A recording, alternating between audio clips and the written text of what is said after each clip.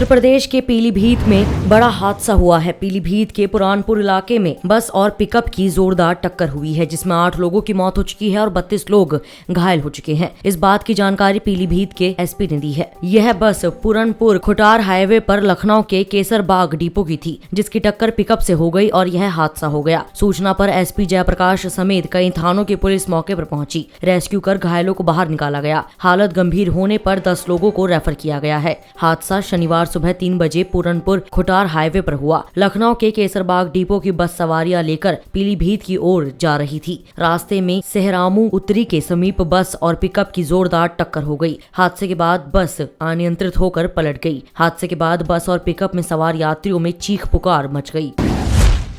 बिहार विधानसभा चुनाव का शंखनाद हो चुका है और उम्मीदवार अपनी किस्मत आजमाने को मैदान में दमखम दिखा रहे हैं। बिहार विधानसभा चुनाव के लिए सभी राजनीतिक दलों ने जातीय समीकरणों को ध्यान में रखते हुए उम्मीदवारों को टिकट दिया है। कांग्रेस ने भी इन समीकरण के साथ तालमेल बनाते हुए अपने उम्मीदवार घोषित किए हैं, पर इसके साथ पार्टी ने परंपरागत वोट बैंक को फिर से हासिल करने के लिए जोखिम भी उठाया है। कांग्रेस की टिकट के बंटवारे पर गौर करने पर ऐसा लगता है कि अब पार्टी अपनी परंपरागत वोट बैंक को मजबूत करना चाहती है। एक तरह से देखा जाए तो भले ही अभी बिहार में चुनाव हो रहे हैं, मगर कांग्रेस की नजर बिहार के साथ साथ उत्तर प्रदेश पर भी है। बिहार विधानसभा चुनाव में राजद की अगुवाई वाले महागठबंधन में कांग्रेस के हिस्से 70 सीटें आई हैं। इस तरह से कांग्रेस 70 सीटों पर चुनाव लड़ रही है। इन सभी सीटों पर कांग्रेस ने अपने उम्मीदवारों का ऐलान कर दिया है। टिकट बंटवारे को देखें तो पार्टी ने सबसे ज्यादा टिकट स्वर्ण, उसके बाद दलित और तीसरे नंबर पर मुस्लिम को दिया है। स्वर्णों में पार्टी ने 9 ब्राह्मण उम्मीदवार बनाए हैं, जबकि अनुसूचित जाति से 14 और 12 मुस्लिम उम्मीदवार है। ब्राह्मण, दलित और मुस्लिम कांग्रेस को परंपरागत वोट रहा है।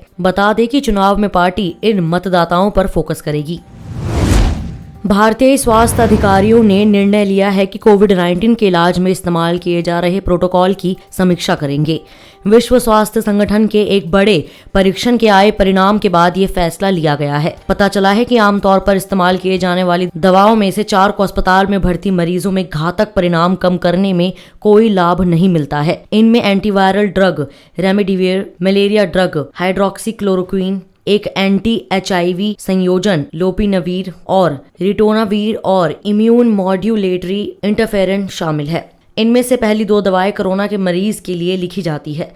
केंद्रीय स्वास्थ्य और परिवार कल्याण मंत्रालय के एक वरिष्ठ अधिकारी ने कहा कि प्रोटोकॉल की समीक्षा अगले संयुक्त टास्क फोर्स की बैठक में की जाएगी, जिसकी अध्यक्षता नीति योग सदस्य डॉक्टर वी के पॉल और भारतीय चिकित्सा अनुसंधान परिषद के महानिदेशक डॉक्टर बलराम भार्गव करेंगे। डॉक्टर भार्गव ने कहा कि हम हमारे सामने नए सबूतों के आलोक में क्लिनिकल मैनेजमेंट प्रोटोकॉल पर फिर से गौर करेंगे, जबकि HCQ को भारत के ड्रग्स कंट्रोलर जनरल द्वारा मामूली रूप से बीमार कोविड-19 रोगियों में ऑफ लेबल उपयोग के लिए मंजूरी दे दी गई है। आपातकालीन उपचार प्राधिकरण के तहत रेमडेसिविर को मंजूरी दे दी गई है। WHO की सॉलिडेटरी ट्रायल के नाम से जाने जाने वाली इस स्टडी में कहा गया कि अब 30 देशों के 405 अस्पतालों में इन दवाओं की प्रभावशीलता पर संदेह है।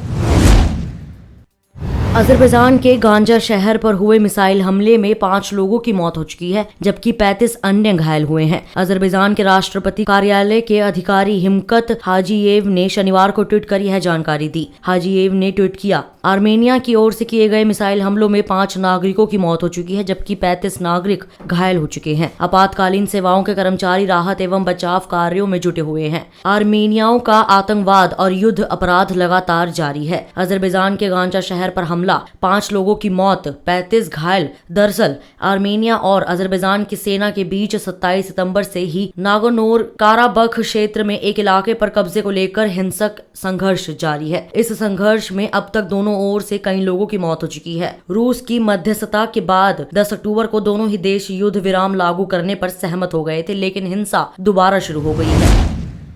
देश में कोविड-19 मामलों और मौतों में अक्टूबर के पहले 15 दिनों की अवधि से नए संक्रमणों में 18% की गिरावट देखी गई है, जबकि मौतों में लगभग 19% की गिरावट आई। भारत ने इस महीने के पहले 15 दिनों में 10,55,068 कोविड-19 मामले दर्ज किए, जो कि राज्य सरकारों से मिले दैनिक आंकड़ों के अनुसार अगस्त के दूसरे हाफ के बाद 15 दिनों का सबसे कम आंकड़ा है। सितंबर के दूसरे हाफ में केस संख्या 18.4% कम थी। यह लगातार दूसरा पखवाड़ा था जब कोरोना वायरस के मामलों में गिरावट देखी गई थी। पिछले पखवाड़े 16 से 30 सितंबर में जब महामारी की संख्या पहली बार गिरी थी, ताजा मामले 2.9% तक गिर गए थे। अक्टूबर के पहले में 13,474 मौतें दर्ज की गई थी।